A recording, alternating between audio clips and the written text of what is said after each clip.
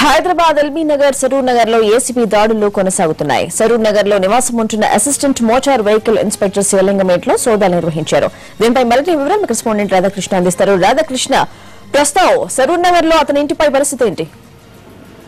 స్వాతి, మరోసారి అవినీతి అధికారులకు మరో భారీ తిమింగలం చిక్కిందని మనం చెప్పుకోవచ్చు. ఎందుకంటే ఇప్పటికే వరుసగా గత 15 రోజులుగా చూసుకుంటే వరుసగా అవినీతి అధికారులపై ఏసీబీ అధికారులు దాడులు చేస్తున్నారు. వీళ్ళందరిపై గతంలో వచ్చిన కేసులను నమోదు చేసుకొని వాటిపై దర్యాప్తు చేసిన తర్వాతనే అవినీతి అధికారులు దాడులు చేస్తున్న పరిస్థితి కనబడుతుంది. ఏసీబీ అధికారులు ఇవాళ సరూర్ నగర్ లో నివాసం ఉంటున్న అసిస్టెంట్ మోటార్ వెహికల్ ఇన్స్పెక్టర్ శివలింగం ఇంటిపై దాడులు చేయడం మొదలు పెట్టారు. అతనితో పాటు అతని కార్యాలయం పైన, అతని బంధువుల ఇళ్లపై, కుటుంబ సభ్యులకు సంబంధించిన ఇళ్లపై ఏకకాలంలో దాడులు చేయడం జరిగింది. డిఎస్పీ ఆధ్వర్యంలో ప్రస్తుతం సరూర్ నగర్ లో ఆయన ఇంట్లో దాడులు కొనసాగుతున్నాయి. కొద్దిసేపటి క్రితమే ఆయన ఇంట్లోకి వెళ్లిన ఏసీబీ అధికారుల ప్రత్యేక టీం ఆయనని ఒక రూమ్ లో ఉంచి మొత్తం ఆ ఇంట్లో ఉన్న ప్రతి అణువును కూడా గాలిస్తున్నారు, ప్రతి ఫైల్ ని కూడా తనిఖీలు చేస్తున్నారు. ఇతని పైన ఆదాయానికి మించి ఆస్తులు కలిగి ఉన్నాడన్న ఆరోపణలు ఉన్న నేపథ్యంలో కేసు నమోదు చేసుకున్న తర్వాత ఇవాళ